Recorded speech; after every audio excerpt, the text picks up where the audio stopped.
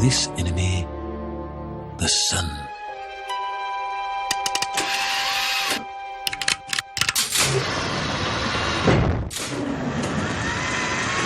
Since the beginning of time, man has yearned to destroy the sun. I will do the next best thing. Block it out. Good evening, Americans, and those of you around the world. I guess particularly in England, Britain, jolly old Blighty, across the pond. I find myself, I always try to look at the bright side of things. Bright side. No pun intended. But I find myself getting irritated about just what the nature is with regard to not just public communication, but with regard to scientific communication, with regard to factual communication of taking stuff that really are very simple ideas and screwing them the hell up. So, I'm going to say this. Scientists have done to science what lawyers have done to law. Hey, journalism, or journalists has done to journalism what lawyers did to law. It's a ridiculousness of it. What I'm talking about, of course, is the new report out there that the English government plans to do experiments in, quote, dimming the sun. Like, come on, guys. You're not dimming the sun. You're not doing it. It's not dimming the sun. Okay? It's like if, let's say I go to my urologist, and my urologist looks at me and says, hey, yeah, okay, so what I'm looking at here is okay, your cock is fine, but I'm feeling a little bit of a lump on your balls. Come on, dude, be a professional here. All right?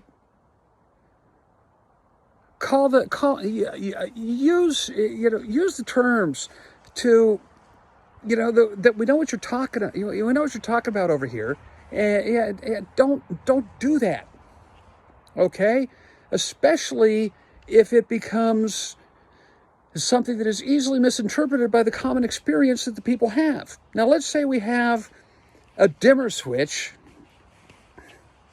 for our light inside our bedroom, okay? We turn the switch, it takes the light source, it turns it up, it turns it down, it makes it brighter, it makes it dimmer.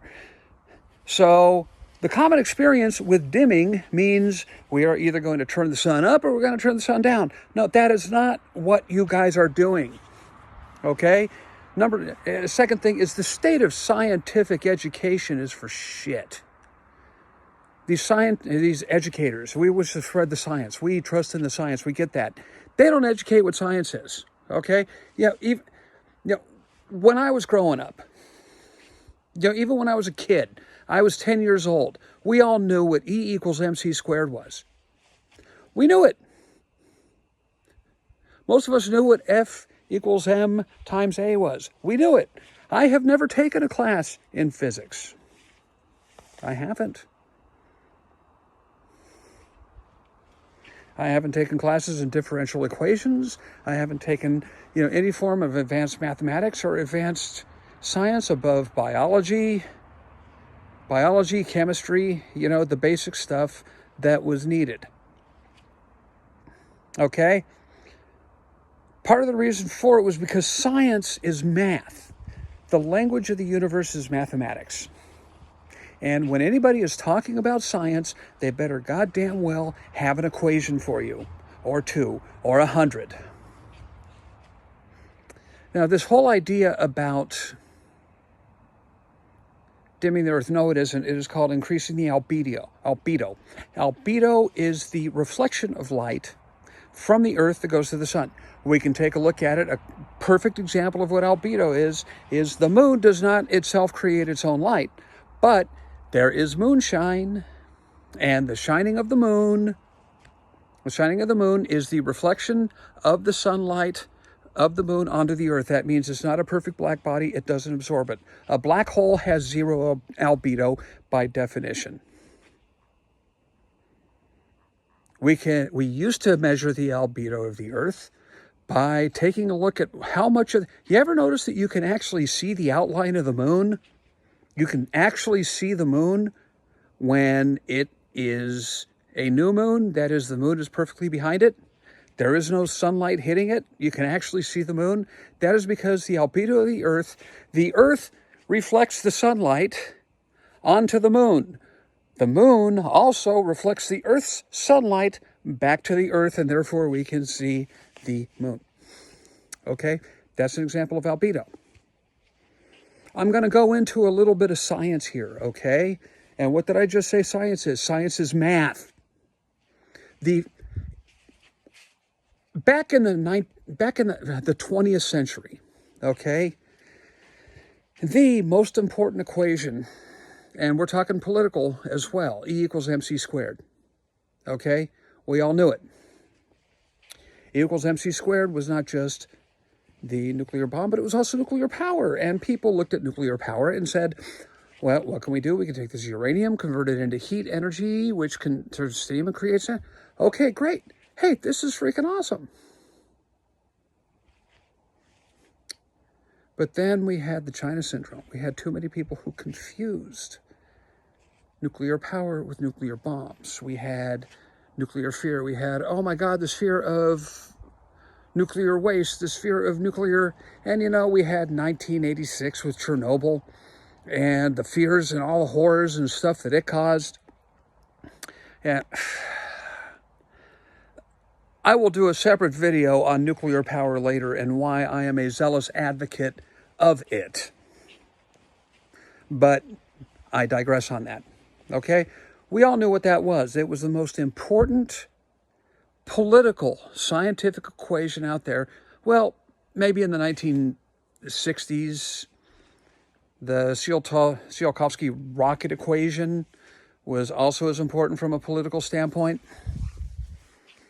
But we all knew what that was. And some people looked at E equals mc squared and said, radiation is going to kill us all. Some people looked at it and said, not a problem. There were some people who were kind of in the middle. And actually, the scary thing about it is there really weren't that many in the middle. The whole discussion was dominated by those who were on either side.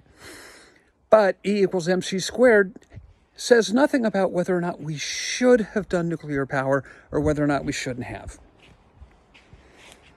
The E equals mc squared of the early part of the 21st century, and seeing as how this thing just keeps on going, it's gonna be, but that nobody knows because scientists and the scientific educators and the pro-science, the sciencey McScience types have decided they will not let anybody know what the actual math, the equations are.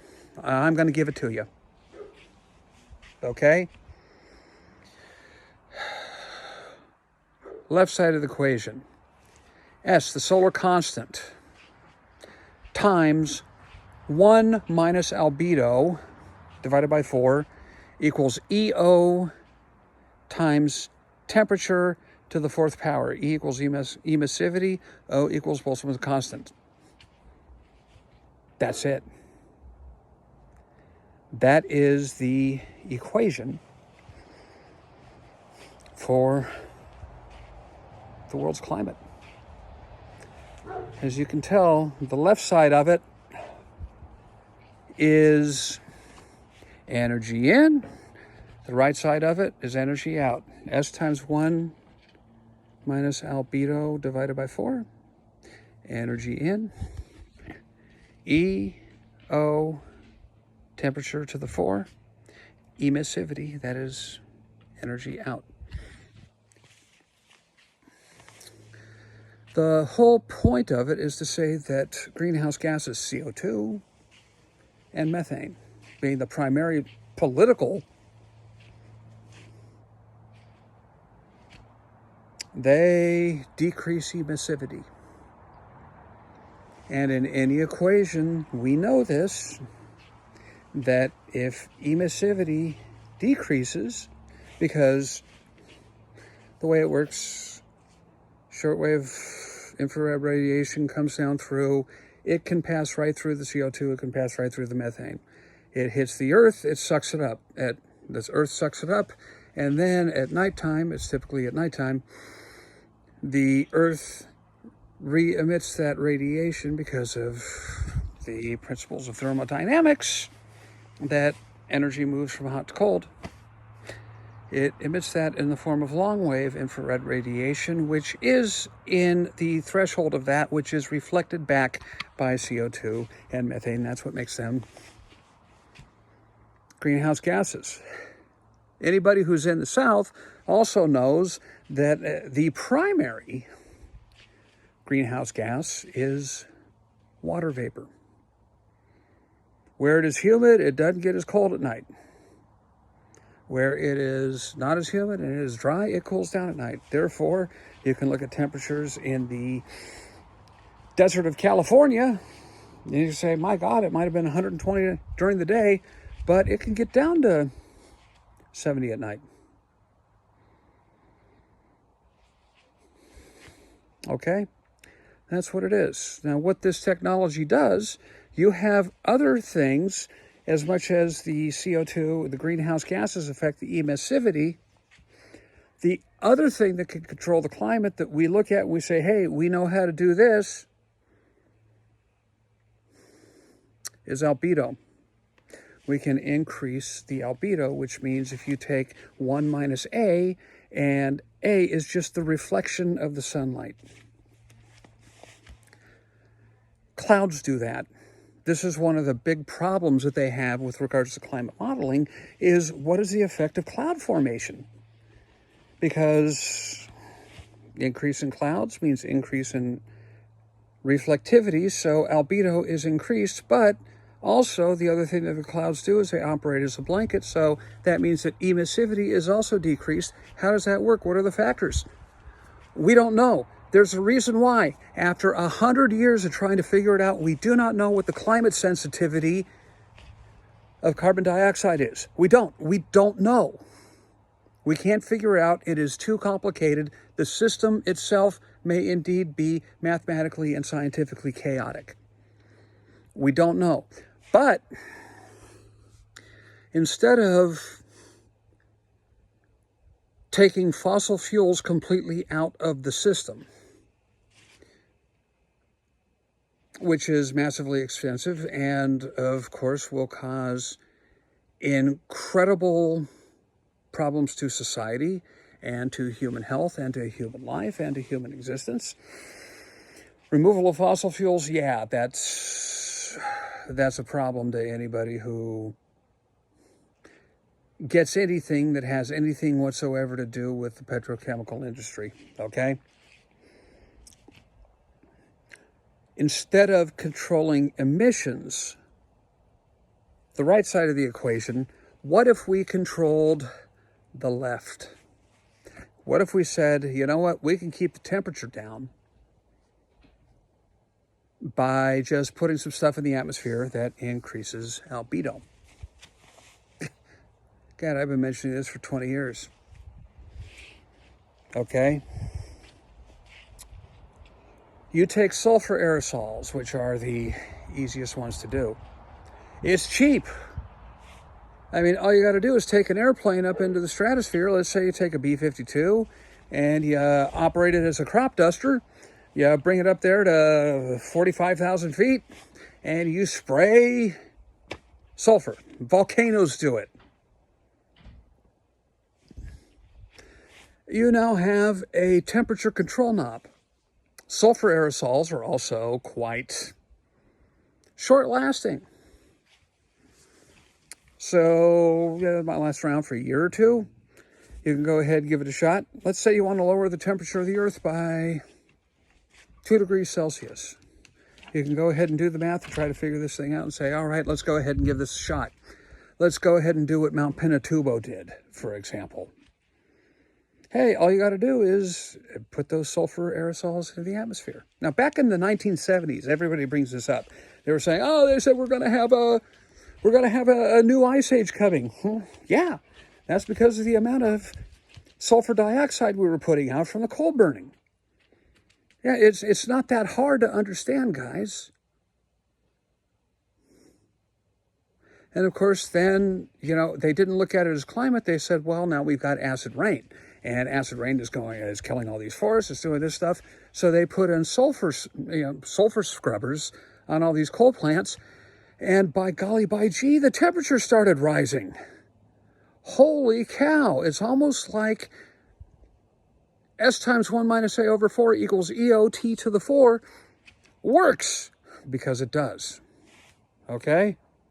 Now, if you are somebody who truly believes that the earth is destined for a world of fire and brimstone, and we humans who are sitting by defiling the planet, hallelujah. If you're one of those who believes that any cost is okay in order to avoid global warming, okay, and I'm going to call it global warming. Don't call it something vague like climate change.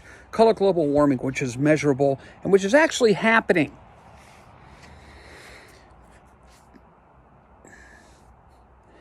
The cheapest, easiest, and most well-controlled is to just go ahead and put some sulfur aerosols up there in the stratosphere. Heck, we could drop the Earth's temperature for probably $2-3 billion a year and keep everything humming along just exactly as it is right now. Problem solved. And it's not like sulfur aerosols aren't something natural as well. But the problem is, this is where judgment comes into it. People say, oh, no, we can't do that. What about this? What about this? What about this? What about this? Well, then by any means necessary or at any cost is not something that you actually believe now, is it? The problem that we have is we have had such a goddamn ridiculous failure to educate, failure to inform by the scientific informers. Go ahead, take a look online. Take a look at Twitter. Take a look at Facebook. Look for that equation. What is that equation? You don't see it. Well, equations are what science is, people. Science is math.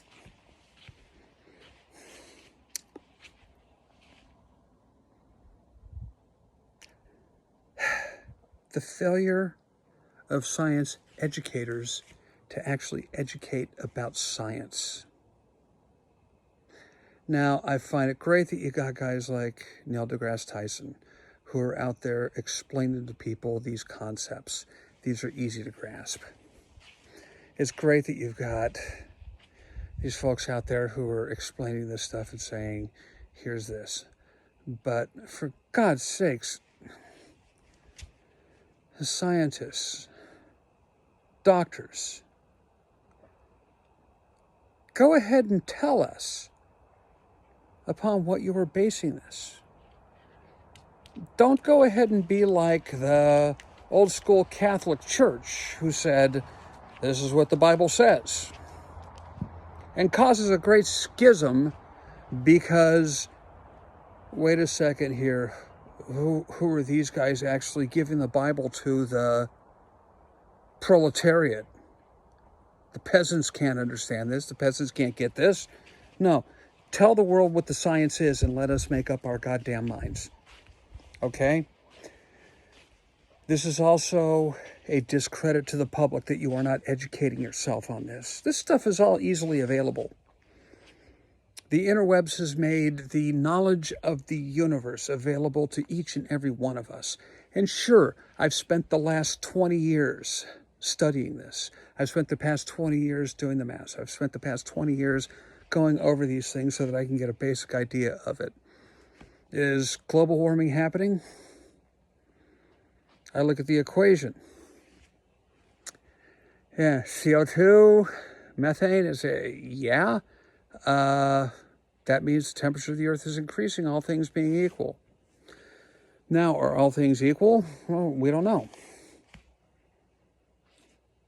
Is it a bad thing? Now, is that a bad thing? That's not science, is it? That's subjective judgment. Science is objectively verifiable. Opinion is subjective belief. Okay? Now, the British have decided to say, go ahead and lay out some stuff that goes ahead and increases the albedo of the earth. Okay. Now, everything that we do in this world has its positives and its negatives.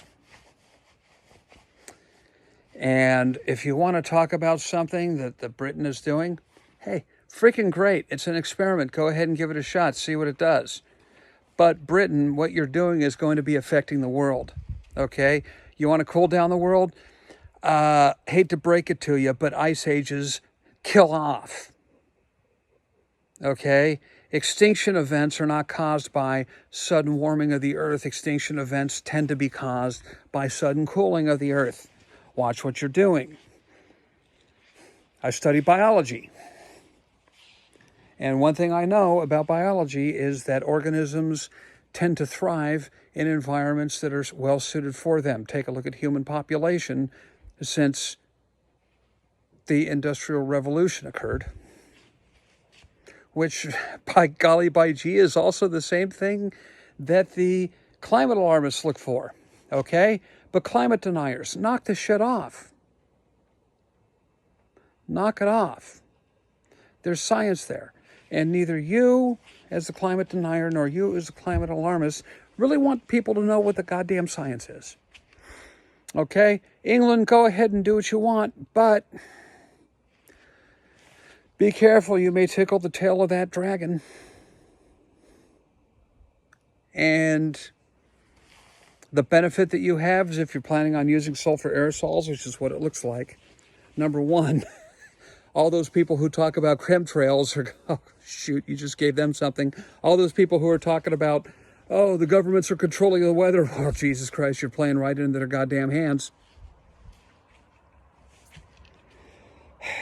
Because you don't stop to think about actually educating people on the rational, reasonable substance. Am I for this or against this? I have no fucking clue at this point whether I'm for this or against this.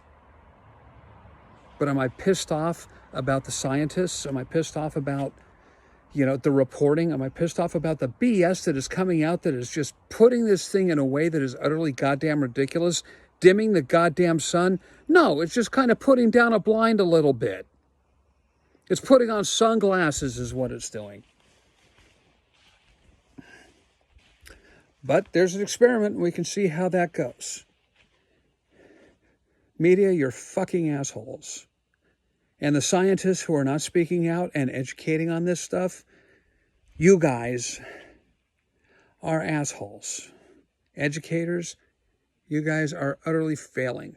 It takes somebody like me who doesn't have the formal training, doesn't have the formal knowledge of this stuff. Hey, I put that out there. I put out that equation. I put out this knowledge. Is anything I said incorrect? Yeah. Prove me wrong.